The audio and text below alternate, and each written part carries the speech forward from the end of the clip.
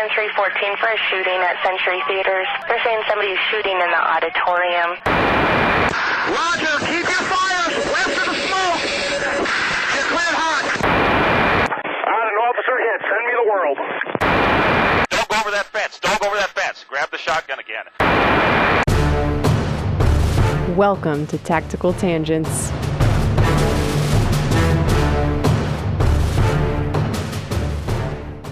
Welcome back to Tactical Tangents. This is Mike. This episode is brought to you by Devos Outdoor, your go-to source for lightweight, portable, and versatile lighting solutions built for the outdoors and beyond.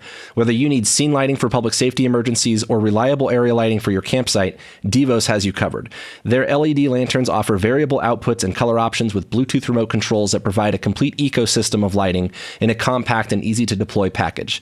These lights are perfect for camping, hunting, search and rescue, crime scene processing, and nighttime operations. Devos optimizes your experience and alleviates your pain points with extra power banks, solar panels, and more. Devos Outdoor ensures that you have long-lasting portable lighting no matter where you are. Check out their lineup at Devos, DEVOS Outdoor.com or find them on Amazon. Again, that's Devos, DEVOS Outdoor.com. This episode was also brought to you by Lowa Boots. Start your day off on the right foot with footwear that was designed for those who stand relentlessly in the face of adversity. I wear Lowa every single day, for miles on canine searches and for hours on tactical operations in inclement weather. No matter what, Lowa keeps me moving. Whether you run, hike, hunt, or fight, on the streets or out in the woods, Lowa has the gear you need to help you conquer whatever challenges you face. Go check out their new line of trail running shoes at Lowa Boots, L-O-W-A Boots.com, and get outside for some fresh air and daylight. Lowa, for those who know where they're going and won't stop until they get there. It's time for a war story, and stop me if you've heard this one before, but my first deployment to Afghanistan was back in the day, and I had a little bit of downtime while I was out there. I was at a big air base, in fact, the big air base, and I was helping to get some donated morale items for the big hospital on the big base. And it was a project, took a couple weeks. Friends and family shipped out coloring books, comic books, some DVD players, some stuff to keep the troops occupied as they waited for evacuation back to Germany and ultimately back to the States. And it was one of the more meaningful things I got to do on my many trips overseas.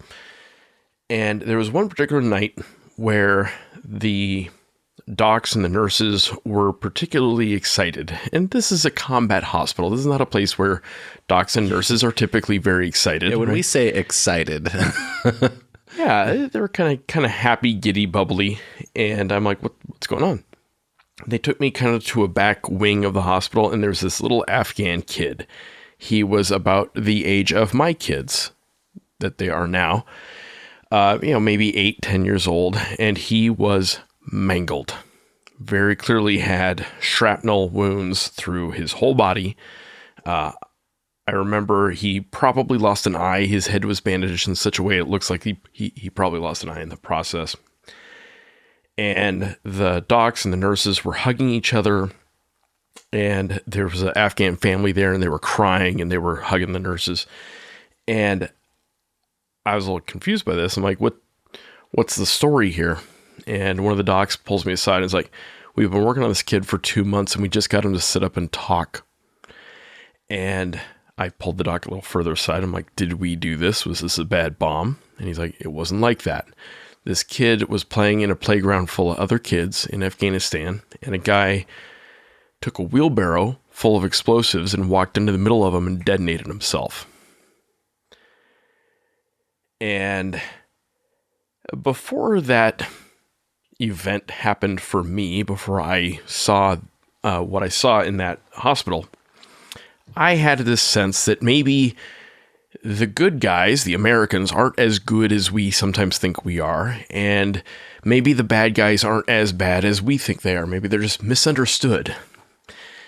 And it was that moment that crystallized for me how wrong that was, how goddamn bad the Taliban was and the Al-Qaeda and ISIS, or what became ISIS, was, and how good we were. And we know that doesn't mean that we were perfect. We certainly weren't. It doesn't mean we didn't make mistakes or horrible errors in judgment. But on the whole, my personal experience, what I personally saw, was very, very clear about who the good guys were and who the bad guys were. And that is one of my big war stories. That is one of the things that, to this day, gives me a sense of clarity about what I do in the military and what I do for America, and how the work I do keeps that dude with the wheelbarrow away from my kids' playgrounds. And I can't necessarily stop that guy, but maybe I can stop the people who train, equip, organize, radicalize guys like that. And that gives me a sense of purpose and a sense of identity, right? So the reason we bring you here today at this this astute podcast is to talk about storytelling and what that story means. And one of the most important tactical lessons we can teach you about tactics is the interplay between tactics and everything else, right? Between tactical actions and the operational strategic environment, and vice versa, how the operational strategic environment impacts your tactical situation on a given day. So if you're a soldier in the U.S. Army, you are working as part of a larger unit. And then you're part of a larger joint force, and then sometimes part of a coalition, and part of a national mission. And what you do at the personal level, at the tactical environment level, can sway the operational strategic outcome. We've talked about that with the strategic corporal concept.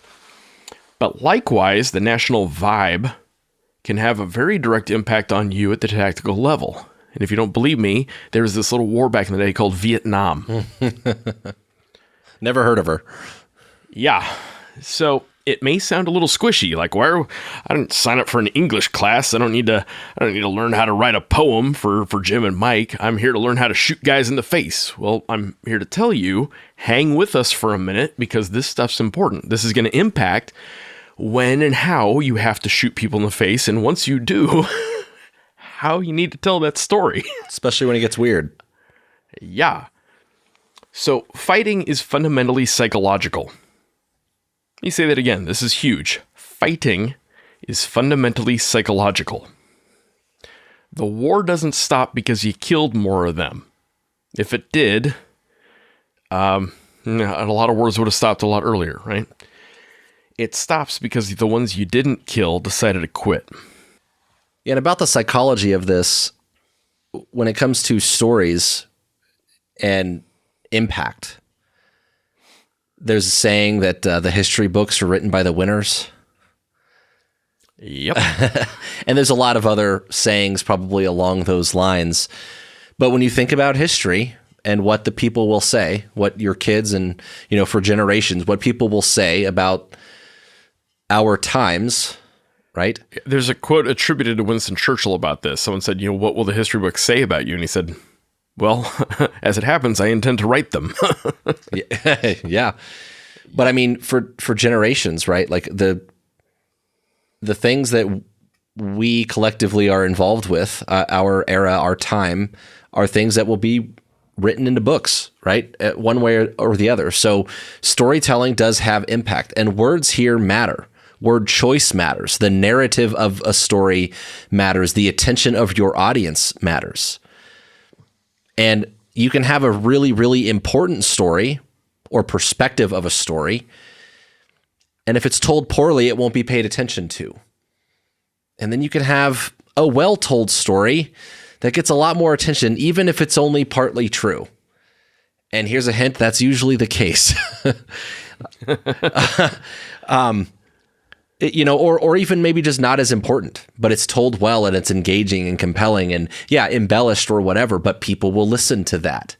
And if people aren't writing better stories or telling better stories about the more important matters, then what difference does it make, right?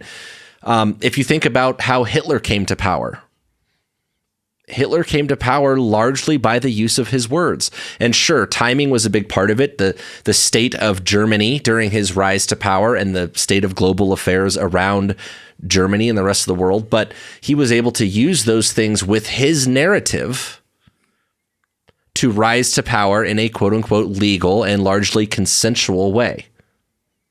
So words matter. He wrote a whole book. Yeah.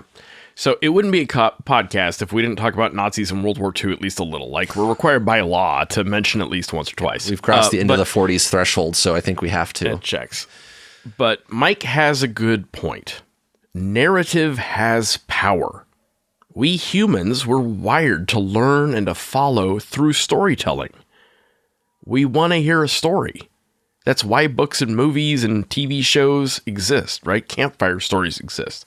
It isn't an accident that our most popular episodes, the Tactical Tangents episodes, by far are the storytelling ones, the ones where we did case studies. We talked about the Dorner case. We talked about Ruby Ridge and Waco and the Hollywood shootout.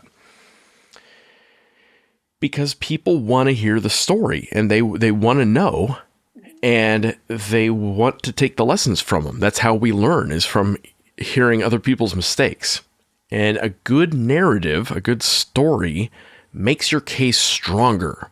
It makes people pay more attention, and it will ultimately influence outcomes. Two big examples as it relates back to cops. I'm a cop. Why do I care about this? I don't tell any stories. Of course you do. Right? Every party. Every house party.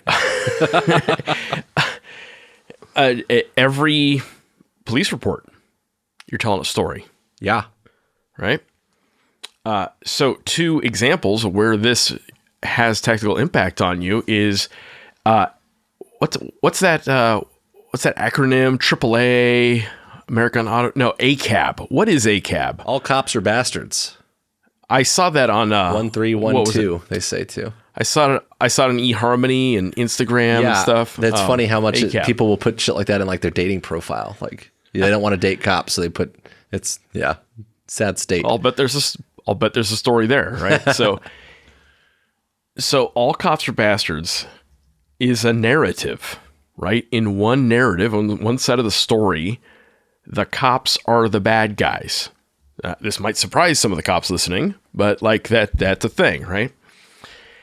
The problem is cops as a group, as an institution, never answered that narrative in a compelling way. I think they were waiting for some like politician to do that for them.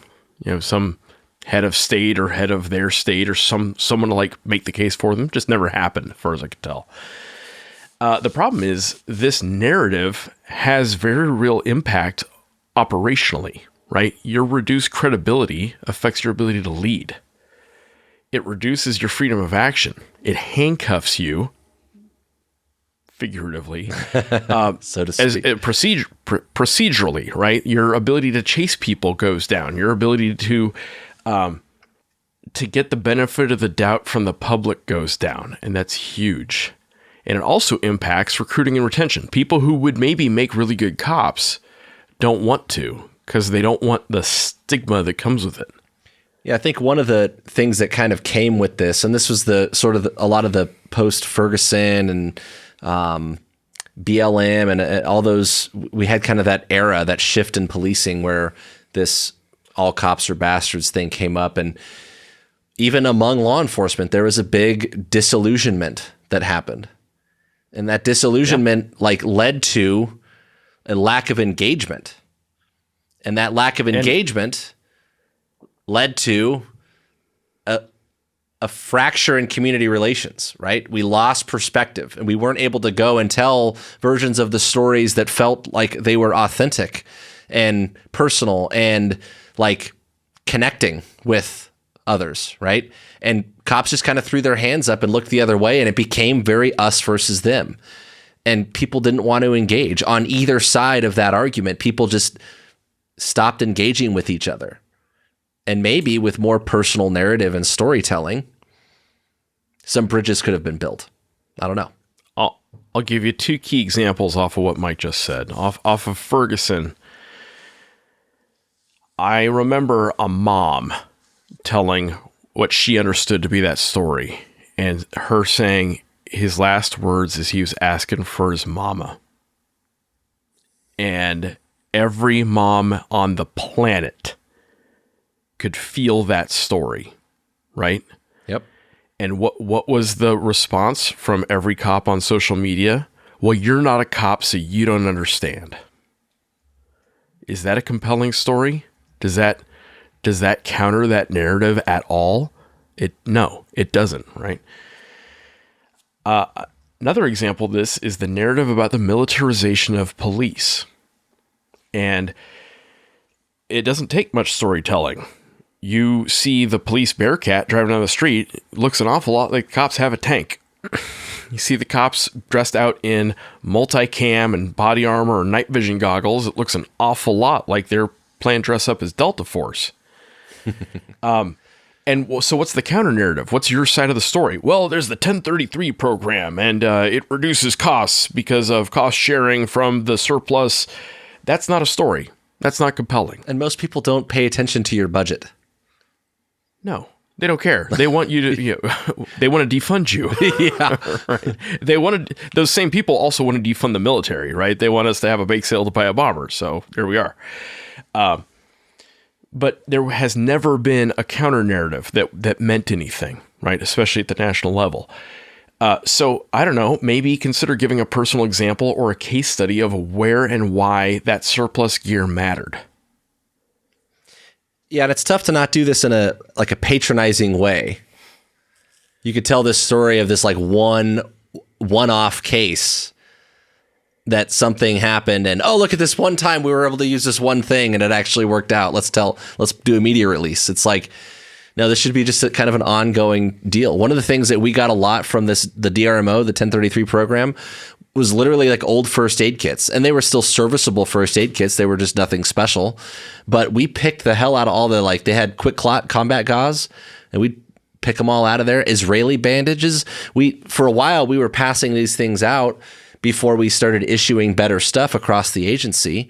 And then we used tons of it. We had just cases and cases and cases of old Israeli bandages, and we'd use them for training for like, I don't know, a decade or something. Like we might still have some laying around, I'm pretty sure. But for literally first aid kits. Sure, we also got some night vision and stuff like that, but understand that things like night vision helps me watch something or someone without going and getting into a fight.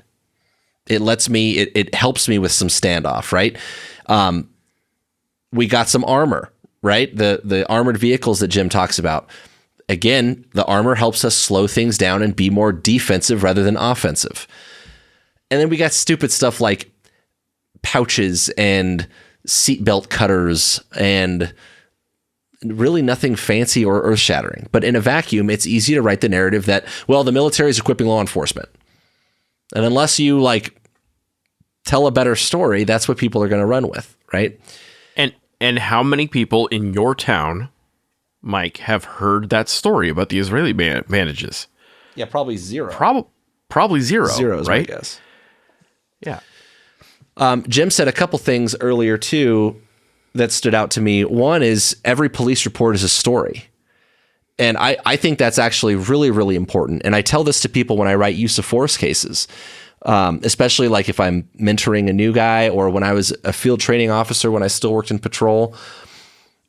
They'd get really caught up in the technicalities of the case and whatever legal stuff they wanted to get at. And it's like, look, what I need is for the lawyers who are going to read this thing to understand what you're trying to sell them, right? Like if you're trying to say, I searched this car because X, Y, and Z, and you have to justify that search as a search and seizure Fourth Amendment thing, right?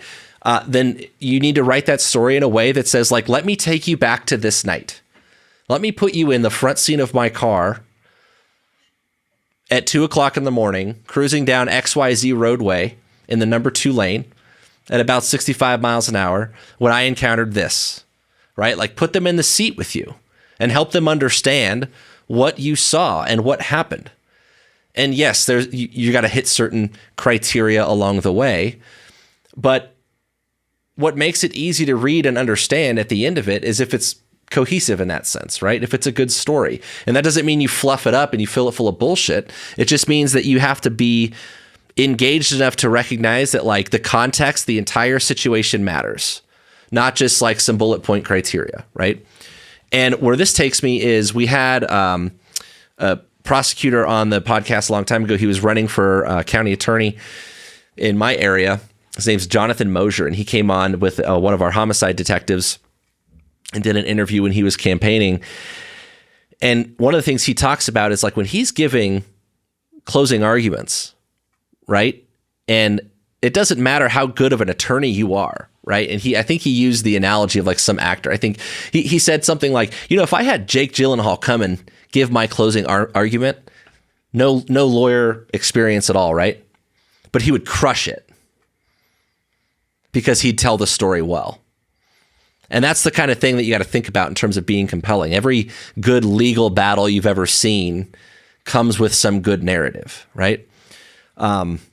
There's a great book about this, by the way. It's called The Devil's Advocates. Not to be confused with the movie Devil's Advocate. The Devil's Advocates by Leaf and Caldwell. And it is the best defense closing arguments in American history, dating back to like the Boston Massacre closing argument by John Adams. And nothing else that I can think of can illustrate this point better than that book, where you hear like, how did Randy Weaver at Ruby Ridge get off of prosecution? Well, Jerry Spence, who's an excellent defense attorney, told the story, and man, he ran circles around the prosecution because he was a better storyteller. That's true. And I think, and it is a good book. I've read it. The last one that I want to plug here, there's a TED Talk by a guy named Brian Willis. And Brian has also been on the podcast. He did a TED Talk called The Most Dangerous Weapon in Law Enforcement, or something to that effect. We'll link to it. And it's basically the words no comment. And this kind of taps into the public affairs angle of things that we're getting into here, where he talks about the story and says, like, here's the story, here's the facts as we know them. This is what we're still investigating and looking at, but this is what we believe to be true. Instead of what happens in the vacuum of no comment. And Jim kind of alluded to this, right? You get the family members who, they're going to talk to the news. They're going to talk to the media. They have a story, right? And I think he does a really good job of tying this into law enforcement, public affairs, not only just in the storytelling aspect, but also in making it relatable. He talks about, for example, with the audience, he does a demonstration about the time to start, the time to stop, just reaction time. And, if a guy turns and has a gun in his hand and turns, you shot him in the back because it didn't take, you didn't speed up fast enough. Like, he kind of gets into some of that and how to convey those things in a engaging way. So check out that video as well. But it kind of leads us into the public affairs aspect of this. So on the public affairs front, have you ever noticed that there's a big difference in how sheriffs come across on social media and how city, municipal police agencies come across on social media? We've had a couple. And some sheriffs are way over on one side of that spectrum. But generally speaking, it's a whole different vibe when you see a sheriff social media versus local city, right? Why? Well, sheriffs have to run for office. They are immediately responsible to the voters on how things are going in most of the country, and they understand that.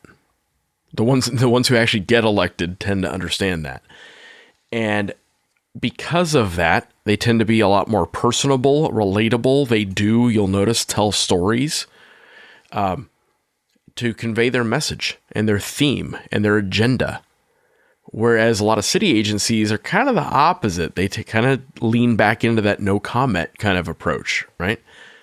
Yeah, if you think about it fundamentally, elected sheriffs are politicians, and they are going to be tied to keeping their voter base happy, and that gives them a little bit more freedom in a lot of sense, right? And they get elected; they are essentially empowered by the people in that area. Municipalities, appointed officials, there's a lot more detachment there, right? In terms of figureheads, it's not like I am the sheriff. The people picked me. I am in charge of public safety here in this area, right? A municipality, it's like, well, there's a mayor, there's a council, they pick a chief. There's lots of layers to the power situation there. And so at those layers, you tend to see people trying to mitigate liability and manage optics, because there's elections there's some elections involved there for people, but the lines are not as clear And I think that kind of runs you into trouble. Yeah. And also the audience knows that, right? The audience can see pretty clearly managing liability and managing optics. Yeah. It doesn't sell well.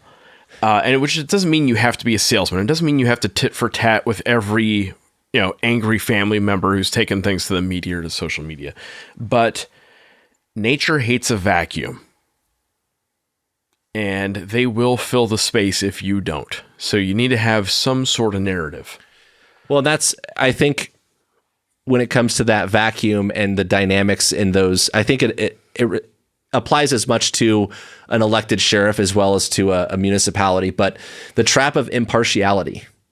If you think that you can stand up there at a podium or at a press conference and be totally impartial and unbiased, like that's not how that works. You're not ever impartial. You are obviously connected to what, if you're the one standing there giving the press conference, I hate to break it to you, you are not totally impartial to that. Now, I can respect that you are trying to do, play a neutral role in whatever investigation is going on, but to sit there and pretend that you are impartial, like it ain't. Yeah, it is inherently disingenuous to try to be completely detached, right? And also, I think the police officers who work for you notice that and notice you not on their side. Yeah. Right? Well, it's a lack of ownership and like personal responsibility at that leadership level too, right? Yeah, driven usually by a fear of liability, and I get that, and I get that there are lawyers, and they're going to advise you to be very careful about what you say, and so sometimes you're being so careful that you don't say anything, or you say gobbledygook. Oh, but this is the whole thing. The lawyers want to manage the courtroom and the legality, the bullet points that we talked about in the police report. But the story might keep you out of the courtroom or put you in it in the first place. There is the thing. There's a reason lawyers are called counselor, because that's all they can do is counsel you.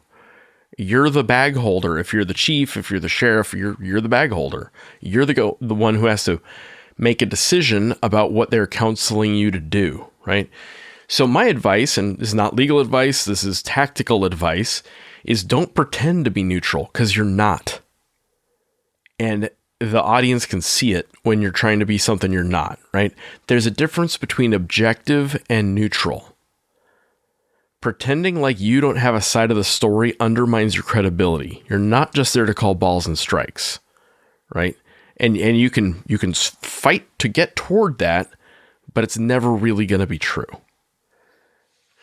Yeah, I think this is something that happens in politics in general, right? It's if you're arguing any issue or stance or policy, this is something that comes up at any politician. And a lot of the times you'll find that there is science and research and doctors and people doing all the studying and the fact finding and the academic stuff. And then the politicians will ultimately take that and pick and choose the parts of it that they want to talk about. And they will come up with a narrative, a story.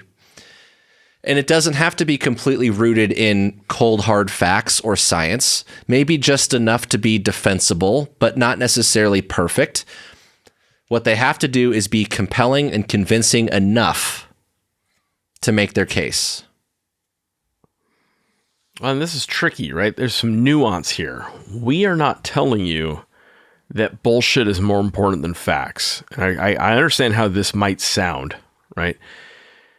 We are telling you that if you communicate and weave your facts in a compelling narrative, into a compelling narrative, you're going to win more hearts and minds, and hearts and minds matter. You work in the context of a democracy. You work in a community, and the community needs to understand how you're seeing the world. They need to understand your story. Well, and that's not to say we want people to be bullshitters. Like you said, it's also understanding the impact of that, right? The strategic and tactical impact of the narrative. And Yep. Earlier, when Jim and I were getting ready for this episode, we were talking about the differences between like the positions or perspectives of Russia and Ukraine. And if you think about the impact that Ukraine's position or perspective puts, right, they're defending their homeland and such, and the impact that has on morale and the identity of those troops and their ethos, like that is impactful.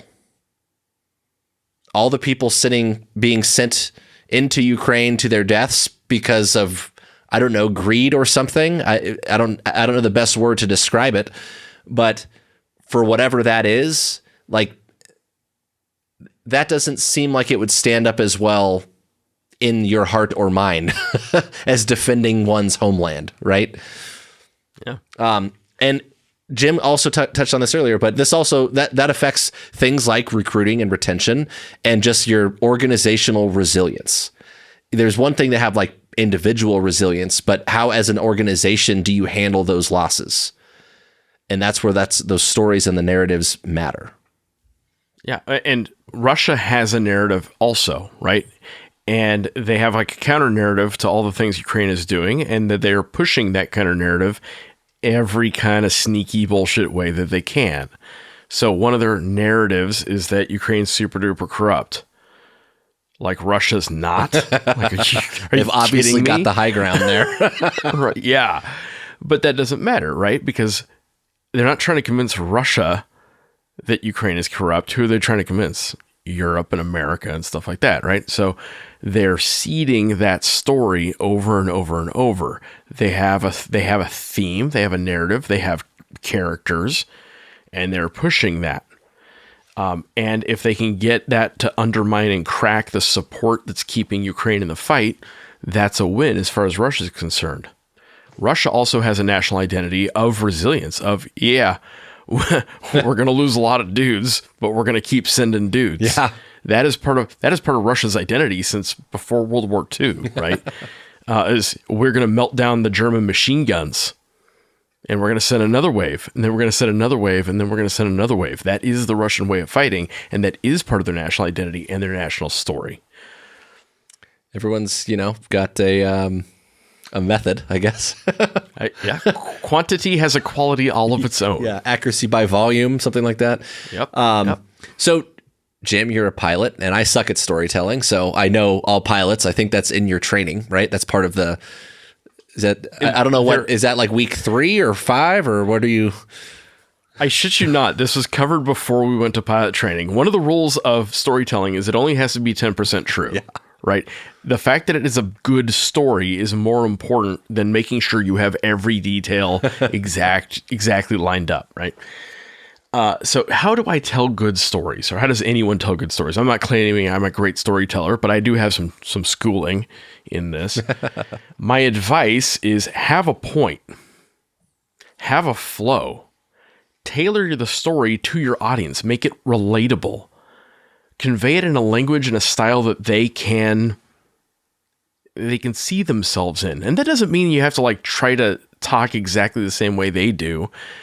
But you shouldn't be using like words they've never heard before or acronyms they've never heard before. Kill the jargon, kill the acronyms.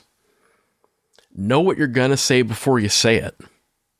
Like this storytelling, you're probably not talented enough to just free flow, to just, stream of consciousness a story. So don't do that.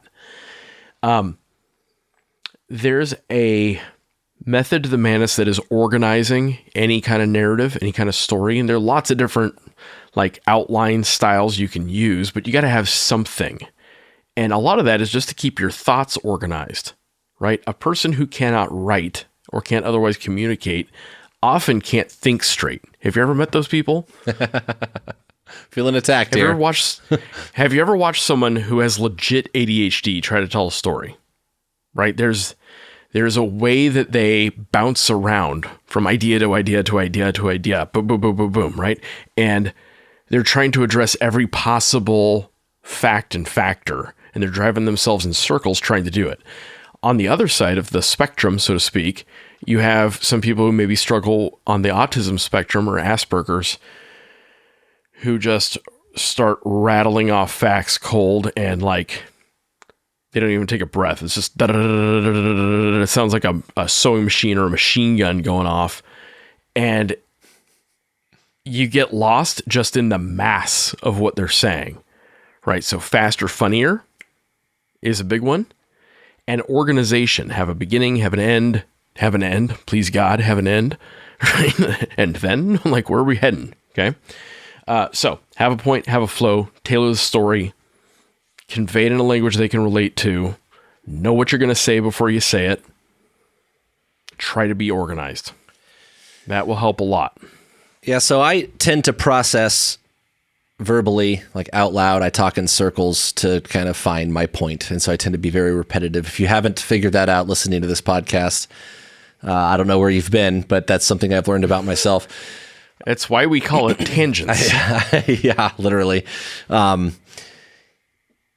And I came across this storytelling tactics deck, and it's funny that it called it tactics, but it's basically like a writing tool. It's a deck of cards that you can go through and pick out different ways of approaching stories.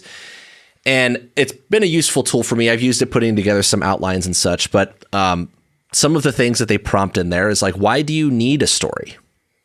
Like questions that you should ask yourself if you're getting ready to tell something, right? Where do you find your story? If you're trying to make a point, do you need a story to help illustrate it, right? What would your role in the story be? What does your story need to do? What are you trying to accomplish? And I'll give you some examples of that in a little bit. Do you know how to plan your story? Jim talked about the organization and structure, and we'll talk about that in a second. Do you know how to tell your story? There's different formats, right? Maybe more visual, maybe more audible. And then how to share or organize your story. And Jim's got some ideas for you on that we'll build on. But I think those are questions going into a narrative that you might consider, right? Are some of those questions. Why do you need it? Where do you find it? What's your role in it? What's the story need to do? How do you plan it? How do you tell it? How do you share and organize it? So for organizing your story, it is natural to want to just go chronologically. This happened, then this happened, then this happened, then this happened, the end. Mm-hmm. That's how most police reports end up being. Cool. And that isn't horrible, but what's missing from that? Everything else.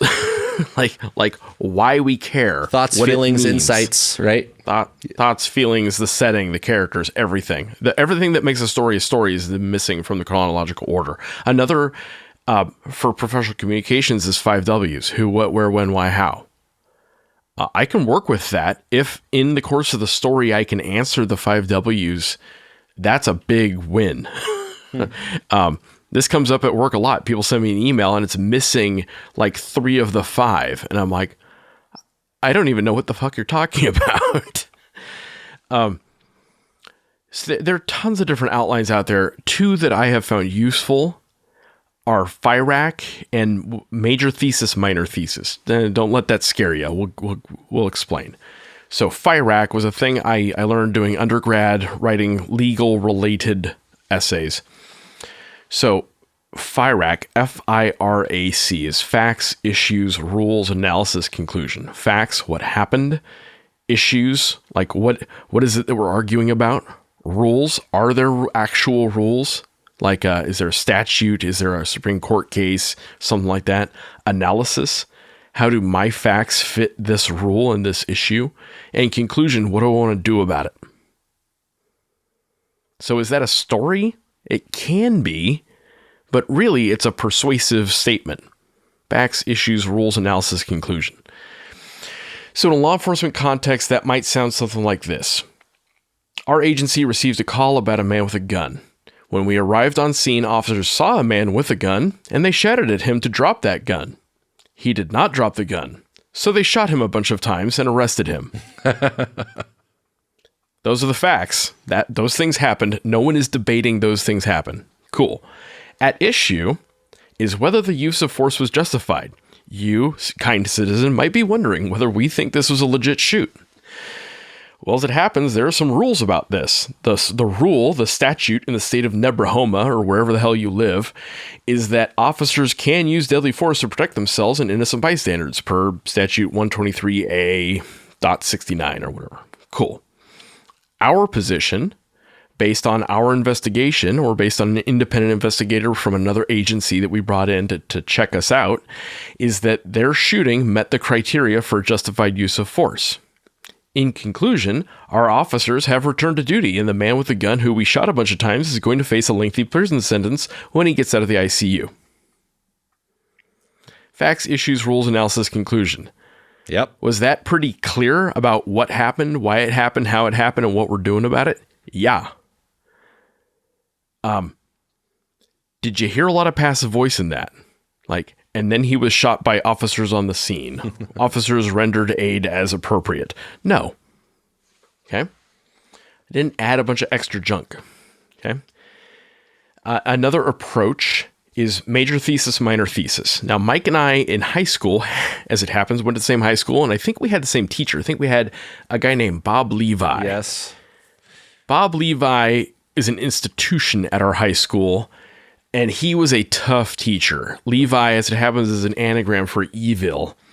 And but I'll tell you what, that man taught me basically everything I know about how to write and how to make a case. Critical thinking and analytical thinking. Yeah.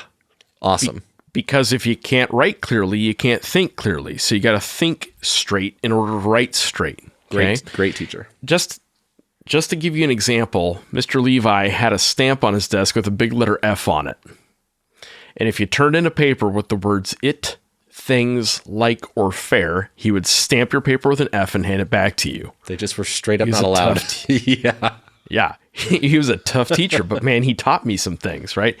So he had me write, I think probably hundreds of history papers with a structure like this. Okay. Opening paragraph. Some fluffy, what's the meaning of life sentence? Introduction. And then a major thesis. Yeah, major thesis. What's the case that I'm making? What is my argument? That World War II was fought over economics. Something like that, okay? 3 reasons why I'm right about that. Economic reason 1, economic reason 2, economic reason 3. Okay? That's my opening paragraph. My case, 3 reasons why I'm right. Second paragraph. I take that first reason, explaining why I'm right, and I add 3 outside pieces of evidence that prove that and why they apply. Next paragraph. I take the second reason I'm right and add 3 outside pieces of evidence to prove it, because it doesn't matter what I think, it matters what I can prove, right? So I got to keep throwing outside information, quotations, articles, statistics, graphs, charts, things that that didn't come out of my head or out of my butt. I got to be able to pull from the outside. Next paragraph. I take the third reason I'm right and add 3 outside pieces of evidence to prove it. Are you seeing a theme here? Cool. It's like a pattern. Final paragraph. I explain what it all means, why it matters, and what it means for the future. If you can do that, you can write a 5-paragraph essay that will pass basically any college class you might ever go to. at least history, arts, humanities, philosophy, that kind of thing. So that's called major thesis, minor thesis. Major thesis is your big case that you're making. Minor thesis is 3 reasons why you're right. And then every supporting paragraph is just the evidence that backs up those claims. And if you can't do that, you probably need to do more research. Probably need to actually crack open a book. Okay. Now, does that apply to necessarily like law enforcement writing? Well, it might, but it is one way to order your thoughts is like, well, don't trust us. Listen to this expert and this expert and this expert and this report by the FBI and this report by the Department of Justice and this report by the state attorney general, right? I'm also not convinced that any way that you read those reports in law enforcement, federal, local, or otherwise, have to be written the way that they're written. For whatever reason, people have just gotten stuck into this. And half the time, it's very incoherent, in my opinion. So feel free to kind of like break the mold a little bit, unless there's some specific direction you're given that requires you to do otherwise, is my take on it. But to me, I always just try to write it in a way that makes sense, right? What that means to you could be different. One that we learned... Common sense is not very common. I learned that in Yeah. school. Yeah, and reasonable minds differ or whatever. One that we learned in the medical field for writing narratives related to, and again, this is kind of a specific application, but I think you can use it in other settings as well, is SOAP, subjective, objective, assessment, and plan. I think it kind of fits neatly with Jim's FIRAC one. So you could talk about your subjective findings or observations, objective findings or observations, your assessment or analysis of the problem, and then what your plan is moving forward.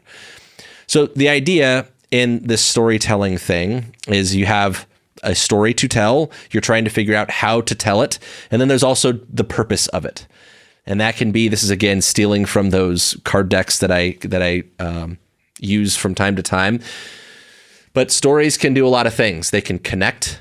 You can have stories that connect with people, stories that explain things, stories that convince people, stories that impress, motivate, lead, or sell. So think about what the purpose of your story is, what you want the reader or the listener or audience to walk away with, and it should probably fit into one of those categories: to connect, explain, convince, impress, motivate, lead, or sell. What I would say with that is like, why are you telling the story? And if you don't know why you're telling the story, you probably need to do a little thinking on it, right? All stories have characters, a good guy and a bad guy, and maybe some supporting characters. They have a plot, a problem to solve. Some point of tension, yeah. Some tension, a conflict, right? They have a setting. Where were we? What was going on? Was the sun in my eyes, right? A story arc leading to a climax, so to speak, and some sort of wrap-up. The main character usually has to learn a lesson and grow along the way. So, when you tell a story, think about every fairy tale you've ever read, every book you've ever read, assuming you've ever read a book. Think of every movie you've ever seen. There are characters, plot, problem to solve, a setting, a story arc, some resolution, and a journey. So take us on a journey. Take us somewhere, okay? And one example I want to use is the movie 300. You've probably seen the movie 300. Spartans, oiled up, fighting each other. Very impressive. I found a lot of people who watched that movie missed an important point in that movie. It is a campfire story. And you actually see it. They show the guy sitting at the campfire, revving his guys up, and he's telling the story of what happened. Is it a 100% true story? No. Hell no. No telling of the Battle of Thermopylae was ever 100% true. If you crack open the old Greek history books, the Herodotus and Plutarch and Thucydides books, all of those were mostly made up. They were stories. They were campfire stories, right? So in the movie 300, is it larger than life? Is it super surreal? Of course it is. Is it compelling? Because it's a guy. Yeah. Yeah. It's a guy sitting his dudes around a campfire the night before a battle being like, look, let me tell you the story of Leonidas and his band of merry men and how they fought off the big evil hordes. And, there were so many Persians, they drank the rivers dry and their arrows blotted out the sun. I mean, those are stories that were told 2,000 years ago that are still compelling today. That is a hell of a story, and it's been told and retold and reimagined many, many times since. Look at the story of the Battle of Thermopylae. It's incredible. One of my favorite books of all time, and I know one of Mike's favorite books of all time, is the book Gates of Fire, which is one telling of that story. Okay? That inspired the movie, by the way, 300. Countries have a story. Israel has a narrative. It's a very compelling narrative, right? That the Jewish people have been enslaved, oppressed, victimized, persecuted for time immemorial, and it came to a head in World War II. During World War II, during the Holocaust, many Jews from Central Europe were refugees. They tried to seek refuge in countries all over the world, and countries all over the world turned them away, like literally turned the boats around, right? So that is why in their narrative, there has to be a state of Israel. There has to be an exclusively Jewish state, or not exclusively, but a predominantly Jewish state that will take the refugees the next time it happens. And if you go to Israel, if you go to any museum in Israel, the Israeli Military Museum, the Israeli Intelligence Museum, the Israeli, Floral Museum, you will see a telling of that story. Likewise, do you think the Palestinians have their side of the story? Of course they do. And it is also compelling, right?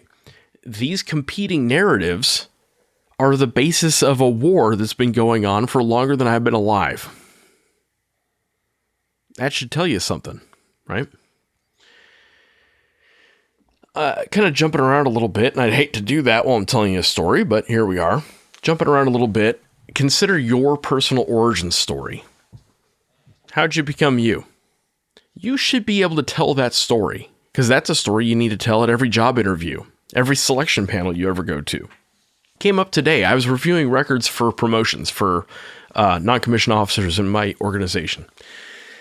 And I saw pretty clearly as I was reading the performance reports that some people really struggle with communicating what they've accomplished and how they've grown in their job. And that costs them when they're trying to be ranked against their peers. Your performance report is supposed to tell a story. Who are you? What do you do? What value do you bring? What is it you say? Learned? How have you grown? You do here. Yeah. What do you do here? Yeah. Your unit and your agency have an origin story. And that's an important way we create a group identity. The Marine Corps has an origin story that probably every Marine can tell you. The U.S. Special Operations Command has an origin story that everyone in SOF can tell you that is part of your indoctrination into that institution, right? Mike listed off reasons you tell a story, right? Connect, explain, convince, impress, motivate, lead, sell, and those are good. I would simplify that down to PI. PI is persuade, inform, or entertain. Okay? Good communication, all communication, should hit all three. You're persuading, you're convincing someone to do a thing. You're informing them, you're taking knowledge out of your brain and sticking into their brain. You are entertaining them. You're making them laugh. You're making them smile. You're making them care. You're making them like you. You got to do those three things. You got to engage them. Okay. Good communication hits all three.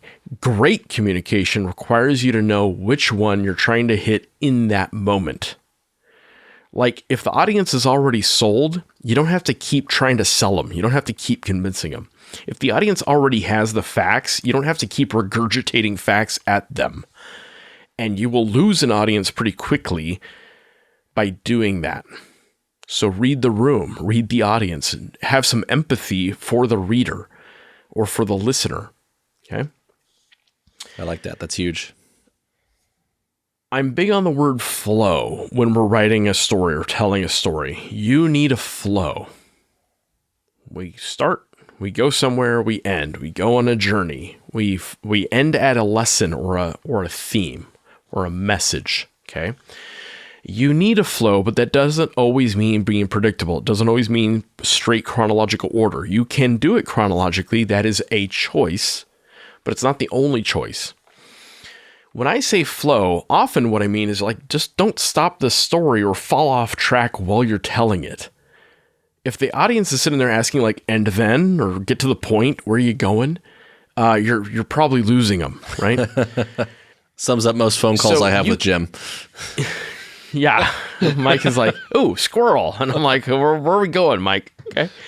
That doesn't mean that you have to tell it in this rote, organized way. I mean, you can tell the story in an unpredictable way, but you should probably do that on purpose, right? Don't be chaotic just for the sake of chaos. Don't just stream of consciousness.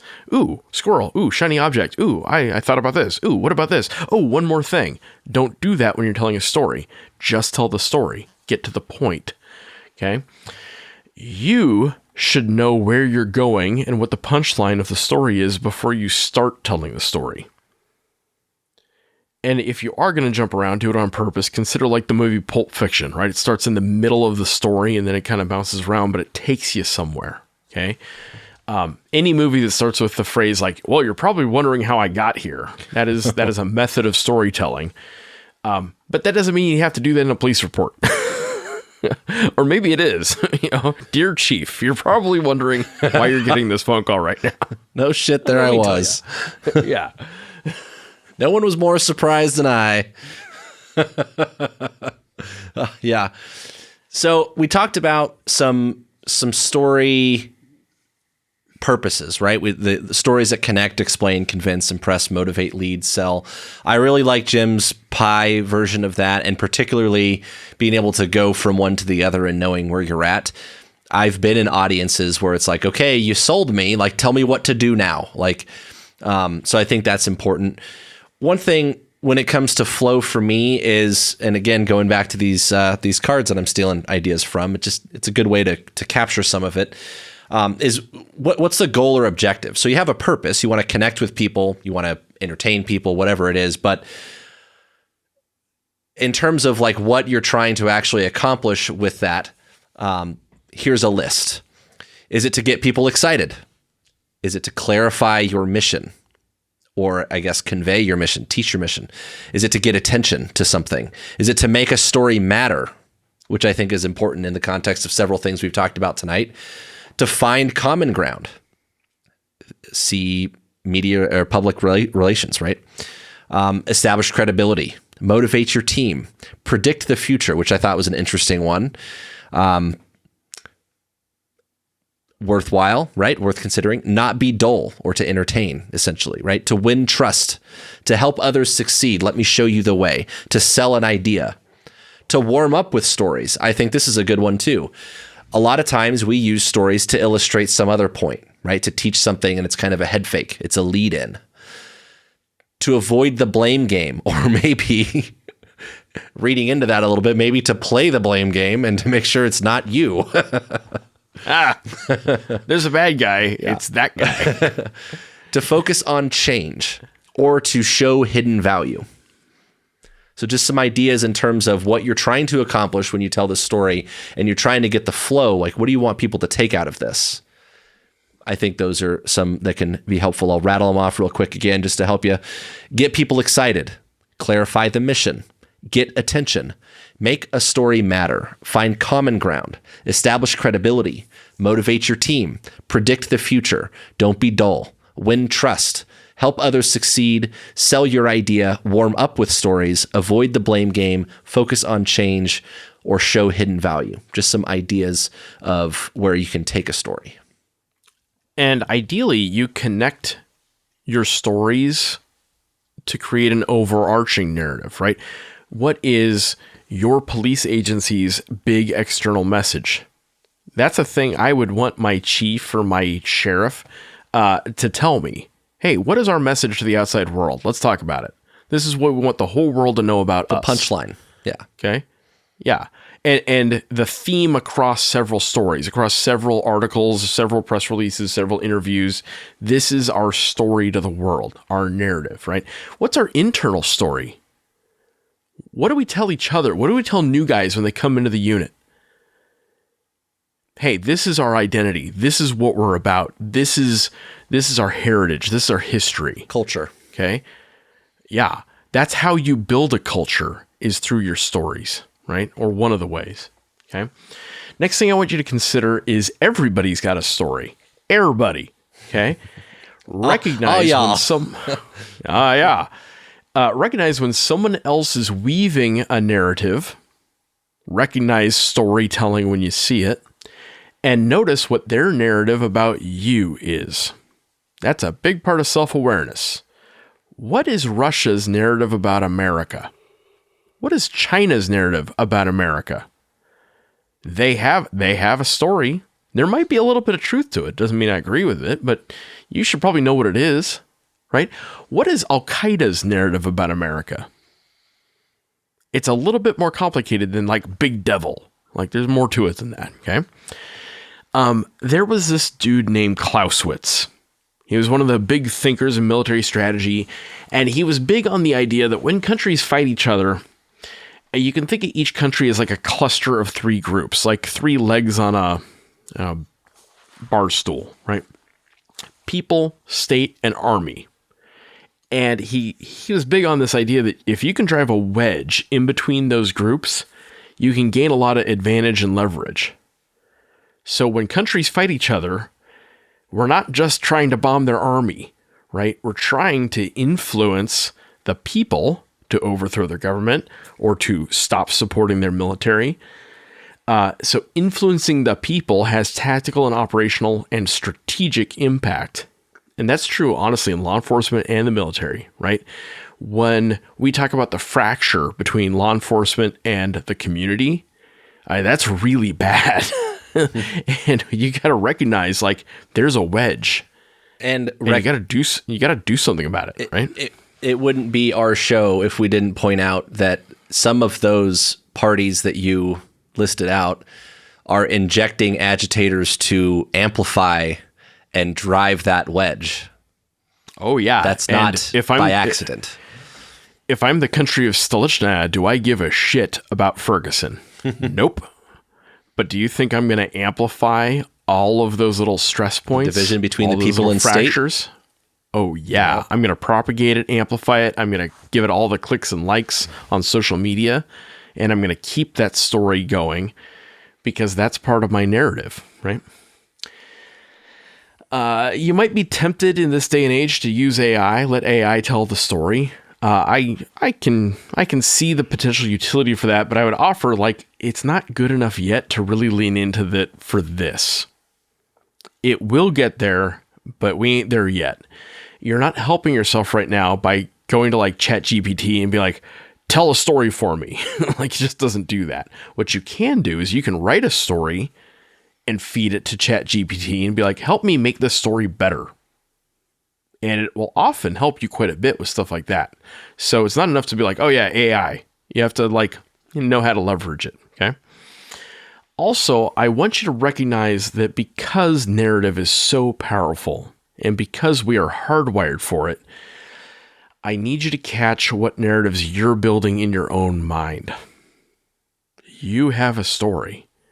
If you have a divorce in your background, I guarantee you have a story about how that went down and why you were the good guy, right?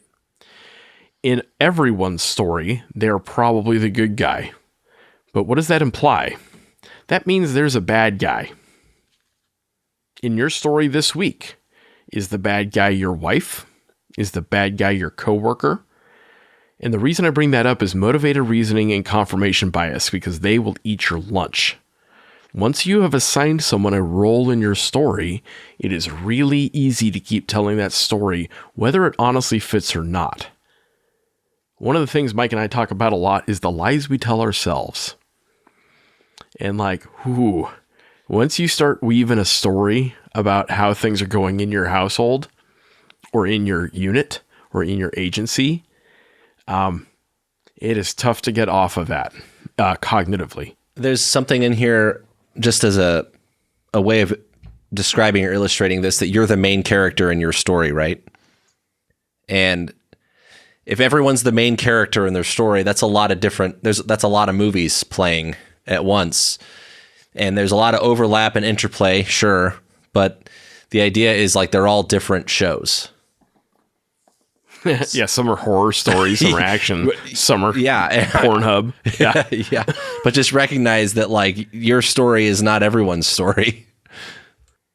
A book I like on this topic, the topic of storytelling, not the topic of whatever crazy story you're telling in your head. But a book I like on this topic is called Tipping Point by Malcolm Gladwell. And he has since rebutted himself on that book, but it's a good starting place. It is worth checking out. He explores what makes a story go viral. And interestingly, he picked broken windows theory as one of his stories, and he has since kind of recanted what he meant by that, which is an interesting story by itself. But in that book about how things go viral, how ideas spread, he talked a lot about you need storytellers out in the community, out in the ecosystem. And those storytellers have to be credible, charismatic, and connected. And not always the one person. Sometimes you need just people who are credible out there. And you need people who are just charismatic, and you need people who are just connected. And ideally, the connected people get the credible and charismatic messages out to your audience. Okay? So, for example, you need some subject matter experts, people who really do speak with authority. You need some likable folks, because those are often not the same people. And you need some folks who like act as hubs in the social web that will move your message around. Now, nowadays we're like, oh, influencers, right? That's not always necessarily what we're talking about. Just the people who are kind of connected, right? And then the message itself needs to be sticky. And what he meant by that was memorable and impactful. Think like a really catchy song, like an earwig type of song. It's something that's easily repeatable. Remember the Maine, remember the Alamo, avenge Pearl Harbor, something like that. Buddy of mine at State Department had a saying, never start a war that you can't justify to the world on a bumper sticker. Ooh, I like that. Yep. Mm-hmm. And then context matters. Context, which is like everything happening around you, matters. Okay. So that's Tipping Point by Malcolm Gladwell. It's worth checking out. And also, like I said, check out like the TED Talk he did about it, and check out his follow-on books. It's worth checking out. So this podcast episode has been a journey, and I'd like to give you a little literary denouement. It's French for I don't know what. So what's the message here? What's the bottom line on the bottom, the blob? Here it is. Know what your message is. Think through how you want to tell it in an organized and compelling way. Weave your facts into an overarching narrative. And don't forget the other guy has his side of the story, and you should probably understand what that story says about you. Don't just leave a vacuum for the rest of the world to fill. You will lose. And what that story says about you and what you can take from that, what you can learn from that, not only about yourself, but about them and their perspective. My thing on this when it comes to storytelling, and again, I look at this from not just, public affairs, report writing, reporting, and just sharing stories with people, like, I don't want to say in a politicking way, but building bridges, right? Relating to people. I can't tell you how many times I've come across someone just out at a coffee shop or out and about in conversation, and turns out they've never been big fans of the police, and they found themselves talking to one, whether it is on duty, off duty. Maybe they didn't know I was a cop at first and then found out, or maybe they just happened to engage with me because I was friendly enough. Who knows?